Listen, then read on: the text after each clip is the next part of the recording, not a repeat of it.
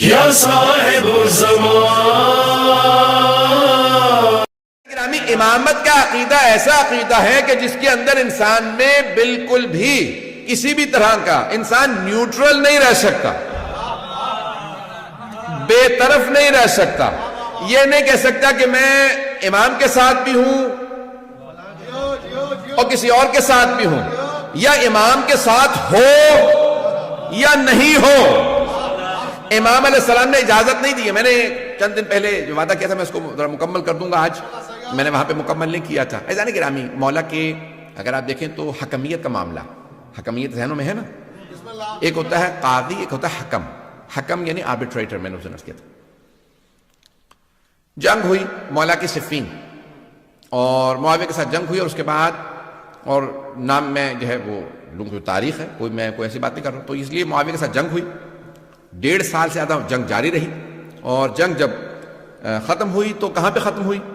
حکمیت کے معاملے کہ جہاں جناب مالک اشتر بلایا گیا ان کو، اور پھر آپ کی ہی جو فوج سے لوگ بغاوت کر گئے جن کو خوارج کہا جاتا ہے۔ خوارج انہوں نے کہا کہ ہم جو ہے وہ یہ جنگ نہیں کرتے، کیونکہ سامنے انہوں نے قرآن اٹھا لی ہے نیزوں پہ۔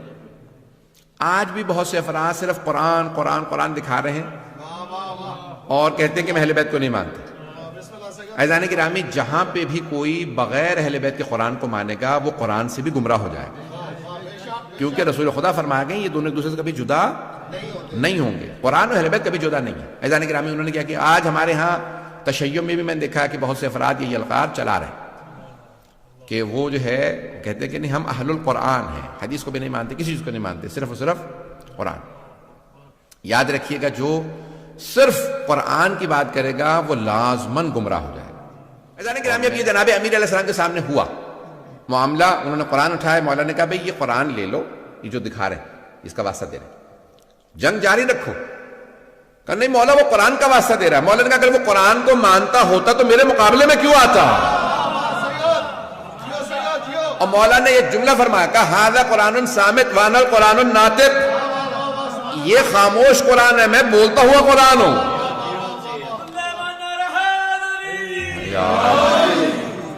عزیزان گرامی، انہوں نے جو ہے وہ قرآن دکھائے، 500 قرآن نیزوں پہ بلند کیے، اور مولا کائنات نے کہا کہ نہیں ٹھیک ہے یہ قرآن جو ہے ان سے لے، لیکن لوگوں نے کیا کیا؟ نہیں، مولا کی بات کو نہیں مانا، اور وہ قرآن کریم جو ہے وہ کہا کہ نہیں سامنے قرآن علی آپ معاذ اللہ قرآن کے مقابلے میں آ رہے ہیں، یہ جملہ کہا لوگوں، اور جملہ کہا میں دہراؤں گا استغفر اللہ ربی واتوب الیہ معاذ اللہ من ذالک، لیکن جملہ کہے بغیر میں نہیں رہ سکتا جو انہوں نے کہا تھا خوارج میں، اور میں پہلے سے توبہ کر رہا ہوں، لیکن وہ جملہ دہرانا اس لیے ضروری ہے تاکہ لوگوں کو اندازہ ہو کہ جو اہل بیت کو چھوڑ دیتے ہیں وہ کہاں تک چلے جاتے ہیں۔ اور انہوں نے جناب امیر کو مخاطب کر کے کہا یا علی اکفرتا، یا علی آپ کافر ہو گئے۔ آج بہت سے لوگ کہتے تھے بھی شیعوں کو کافر کہہ رہے ہیں، ابے وہ ہمارے مولا کو بھی کافر کہہ رہے تھے، وہ کہہ رہے تھے یا علی اکفرتا، یا علی آپ کافر ہو گئے، اپنے قرآن سامنے موجود ہے اور آپ نہیں مان رہے، یہ انہوں نے کہا۔ عزیزان گرامی، اب جناب امیر علیہ السلام نے اس وقت پھر جدائی اختیار کی، وہ لوگ الگ ہو گئے، اور انہوں نے خوارج نے مولا کے خلاف اعلان جنگ کر دی۔ جب آپ کہہ رہے ہیں کہ یہ کافر ہیں تو وہ کیا کریں گے؟ کہا کہ ہم علی کے خلاف جہاد کریں گے۔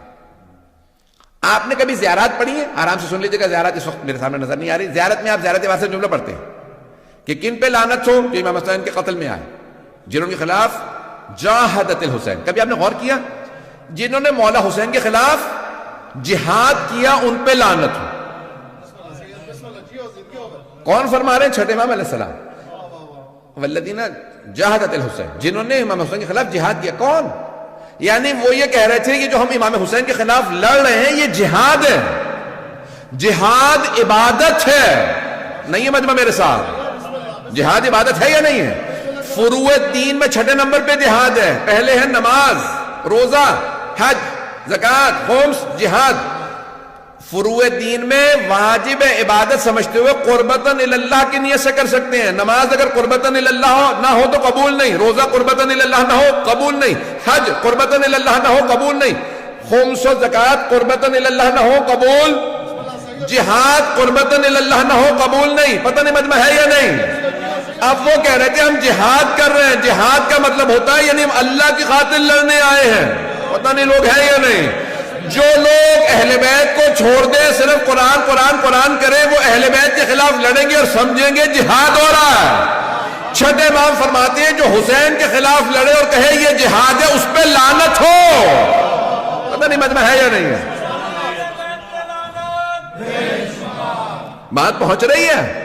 اور انہوں نے کیا کہ جناب امیر کے خلاف, میں نے کل فضائل سنایا تھا, لیکن آج میں جو فضائل پیش کر رہا ہوں تھوڑے سے مختلف اینگل سے پیش کر رہا ہوں. جناب امیر کے خلاف انہوں نے بغاوت کا اعلان کر دیا اور نعرہ کیا بلند کیا, ان الحکم الا للہ. قرآن کی آیت, سورہ یوسف سے آیت لی اور کہا ان الحکم الا للہ, حکم حاکم حکومت کا حق صرف اللہ کو. یعنی کیا مطلب, علی ہمیں حاکم قبول نہیں. مولا سے کہا مولا وہ قرآن کی آیت پیش کر رہے ہیں آپ کے خلاف.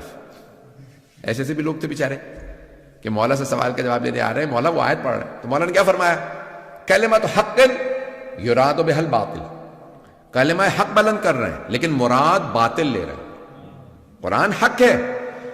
پھر مولا نے فرمایا کہا کہ حکومت لا بد من امیر, اللہ خود حکومت کرنے نہیں آئے گا, ایک انسان ہی حکومت کرے گا, چاہے تم اما عادل اما فاسق, چاہے عادل کی حکومت ہو چاہے فاسق کی حکومت ہو. تم علی جیسے عادل کے نہیں مانو گے تو پھر معاویہ سے کسی اور آدمی کے مانو گے. عزیزان گرامی, جناب امیر علیہ السلام نے وہاں پہ سٹینڈ لیا اور پھر آپ نے فرمایا یہ ایک ایسا فتنہ ہے جو میرے بعد بھی کوئی سے خلاف قیام نہیں کر سکے گا, میں ان کے خلاف قیام کروں گا. اور آپ نے قیام کیا اور آپ نے کہا کہ بھائی لشکر کشی کرو, ہم ان کا مقابلہ کریں.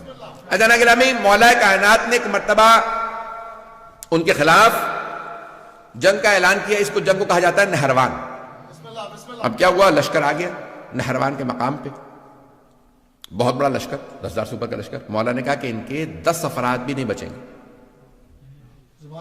اور میرے 10 افراد بھی شہید نہیں ہوں گے. اور حضرت جندب مولا کے چاہنے والوں میں ہیں, عاشقوں میں سے. تو مولا فجر کے بعد ہیں باہر نکلے اپنے خیمے سے. تو مولا نے کہا جندب کہاں, کہا مولا آپ کے دشمن بہت زیادہ ہیں. کہا نہیں جندب رک جاؤ, مجھے تمہاری حفاظت کی ضرورت نہیں ہے. میں ہوتا تو میں حضرت جندب کی خدمت میں عرض کرتا یہ مولائے کائنات ہے, یہ مشکل کشا ہے. اب بہرحال عزیزان گرامی مولا کچھ فاصلے سے واپس آئے. اس کے بعد کہا کہ جندب کیا دیکھ رہے ہو, کہا مولا زمین پہ دیکھ رہا ہوں چونٹیوں کی اتنی تعداد ہے کہ کون ان کی تعداد کو جانتا ہوگا, یہ سوچ رہا تھا کہ مولا ان کی تعداد کو کون جانتا ہوگا اتنی. کہا جندب تمہارے مولانا صرف یہ کہ ان کی تعداد کو جانتے ہیں, میں یہ بھی بتا سکتا ہوں ان میں نر کتنے ہیں مادہ کتنی ہے. مولا کائنات کی پھر ایک مرتبہ جنگ شروع ہوئی اور مولا نے بتایا کہ کتنے لوگ آ رہے ہیں. اور جناب جندب کو کہا کہ جندب یہ جو پہاڑ دیکھ رہے ہو سامنے, اس کے پیچھے ایک لشکر آ رہا ہے, وہ بھی آئیں گے, حملہ کریں گے. وہی خوارج ہیں, وہی نہروان کے اس مقام پہ آئیں گے, مجھ سے بھی مقابلہ کریں گے. اور ان میں سے 7 افراد فرار کریں گے, 3 افراد کے ساتھ بھاگ جائیں گے. انہی میں سے فرار کرنے والوں میں سے ایک کا نام تھا عبد الرحمن ابن ملجم, جس کو یعنی ہمارے ہاں کہا جاتا ہے کہ جس قدر یعنی سب سے شقی القلب کہا ہے رسول خدا نے اس آدمی کے لیے کہ کربلا میں بھی آنے والوں سے زیادہ پتھر دل انسان یہ ہے, شمر سے زیادہ ملعون ابن ملجم. اور کہا جاتا ہے کہ اس کا نام لے کر کے جتنی ہو سکے لعنت کرنا اس کا بے انتہا ثواب. عزیزان گرامی, مولا نے پھر جنگ کی اور مولا جو ہیں وہ عام طور سے زمین پہ کھڑے ہو کے جنگ کرتے تھے. جو آئے مقابلہ کرے, جو مارا جائے, جو بھاگ جائے. واحد جنگ ہے جہاں پہ مولا نے فرمایا, کہا اس میدان سے کسی کو بھاگنے نہ دینا. یہ صفین کے لیے اور نہروان کے لیے لوگوں نے کہا کہ مولا نے صرف ان کے لیے کہا اس میدان سے جو بھاگے اسے بھاگنے نہ دینا, اس سے پیچھے اس کے مقابلہ کرنے کے لیے جانا اور اس کو وہاں مار دینا. کہا مولا کیوں, جمل میں آپ نے کہا جو بھاگتا ہے بھاگ جائے, لیکن یہاں پہ آپ فرما رہے ہیں کہ جو بھاگتا ہے اسے بھاگنے بھی نہ دو. کہا جمل میں لوگ ماں کا نام سن کے دھوکہ کھا کے آ گئے تھے, پتہ نہیں لوگ ہیں یا نہیں, سوچ رہے تھے شاید ماں صحیح ہو اس لیے دھوکہ کھا کے آئے تھے, انہیں نہیں پتا علی حق ہے. پتہ نہیں مجمع ہے یا نہیں. کہ اس لیے میں نے وہاں پہ کہا تھا جو بھاگے بھاگنے دو, دھوکہ کھا کے آئے. وہاں مسلمان تھے, دھوکہ کھا کے آ گئے تھے. یہاں یہ منافق ہیں, کافر ہیں, اسلام کا لبادہ ہو رکھا, کہ کوئی بھاگے اسے بھاگنے نہ دینا. مولا نے ایک مرتبہ ذوالفقار کھینچی، اللہ اکبر کی صدا دی، گھوڑے کو ایڑ لگائی، مولا صفوں سے اپنے گھوڑے کو دوڑاتے رہتے تھے، جہاں سے گزرتے تھے سر ہی سر نظر آتے تھے۔ کسی نے سوال کیا یا علی تلوار چل نہیں رہی، سر پہ سر گر رہے ہیں؟ میں اپنے انداز سے جواب دے رہا ہوں، مولا کہیں گے میں ذوالفقار کو روک رہا ہوں، روک نہیں رہی ہے۔ مولا نے وہاں پہ مقابلہ کیا اور بھاگنے میں صرف چند افراد ہی کامیاب ہوئے، باقی سب کو مار دیا۔ مولا نے کہا کیوں؟ یہ ایسا فتنہ ہے، یہ جہاں جائیں گے کفر پھیلائیں گے۔ اگر وہ چند افراد بھی جو بچے تھے، آج اگر آپ کو داعش نظر آ رہے ہیں تو سمجھ لیں انہی کی تبلیغ کا اثر ہے۔ بات پہنچ گئی ہے جانے گرام میں، بکلیئر ہوئی ہے۔ یہ جو بھی اہل بیت کے خلاف خروج کرتا ہے، چاہے کسی دور میں کرے، وہ کہتا ہے میں جا کے جنت البقیع ڈھاؤں گا، میں سامرہ پہ حملہ کروں گا، یہ جو بھی ہے اس کا مطلب ہے یہ خارجی ہے، یہ خروج کر رہا ہے امام کے خلاف۔ اور خوارج ہمارے تمام علماء نے کہا کہ وہ نجس ہیں، عین نجس، اخبث و انجس ہیں، نجس جانوروں سے بھی زیادہ۔ اس سے زیادہ کھل کے تو نہیں پڑھ سکتا ممبر سے۔